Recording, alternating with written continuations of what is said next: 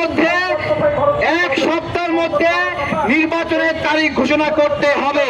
আমরা কি একমত? দেখেন, আরেকটা কথা বলেছে যে এই সরকার দায়িত্ব নেওয়ার সঙ্গে সঙ্গে প্রথম ক্যাবিনেট মিটিংয়ে উচিত ছিল কয় তারিখে নির্বাচন করবে সেইটা ঠিক করা, সেইটা ঠিক করে নাই।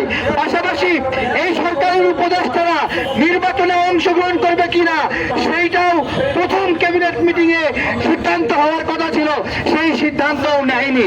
এখন বিভিন্ন উপদেষ্টারা নির্বাচনে অংশগ্রহণের জন্য আকারে ইঙ্গিতে বিভিন্ন কথা বলছে। জাতীয় নাগরিক জোট গঠিত হয়েছে যারা এই ধরনের ইচ্ছা জ্ঞাপন করে তাদেরকে প্রতিহত করার জন্য।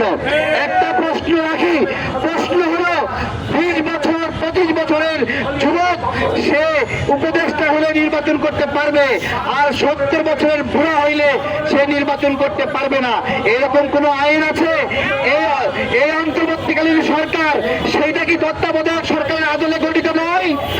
এবং তত্ত্বাবধায়ক সরকারের উপদেষ্টারা বাংলাদেশের ইতিহাসে কখনো নির্বাচন করতে পারেনি। তাহলে আমাদের জিজ্ঞাসা, তারা কিভাবে নির্বাচন করার খায়স করে? প্রিয় ভাইয়েরা, আমরা এই নির্বাচন করার বিষয়ে একটু ছাড় দেব না। 14 মাস ধরে তারা খেয়েছে, লুটপাট করেছে, নিয়োগ বাণিজ্য করেছে, তারা নির্বাচনের কোন প্রার্থী হতে পারবে না, স্পষ্ট কথা। এবং আমরা বলছি, নির্বাচনের তারিখ জন্য কেন বানাই করেন, কেন আকুপাকু করেন কেন? আমাদের ভাই বলছিল কিনা ওই চেয়ারে নাকি আঠা লাগানো আছে। আঠা কিন্তু টান দিলে চামড়া ছতম খুলে আসবে, পাশা কিন্তু জ্বালা পোড়া করবে। আমাদের স্পষ্ট কয়েকটি দাবি। আমাদের শিক্ষা সংস্কার হয়নি, কেন হলো না?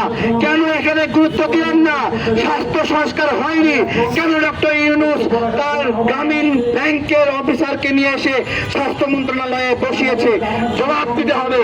এবং এই সমস্ত দায় ওই স্বাস্থ্য উপদেষ্টার স্বাস্থ্য সংস্কার না হওয়ার জন্য। সবকিছু মিলিয়ে জুলাই যোদ্ধা বলেছে 7 দিনের মধ্যে তারিখ ঘোষণা করতে হবে, সেহেতু আমরা 5 দিনের মধ্যে আরেকটা কর্মসূচি দিচ্ছি। আমাদের এই লড়াই চলবে। এখন আমাদের মিছিল হবে।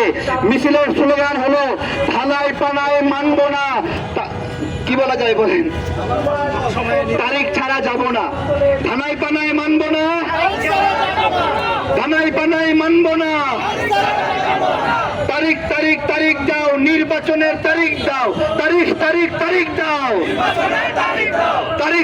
তারিখ দাও। ধানাই পানায় মানব না,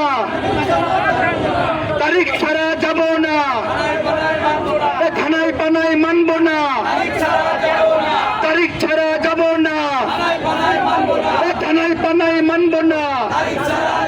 আমাদের মিছিলটা এখনই শুরু হবে। ধন্যবাদ।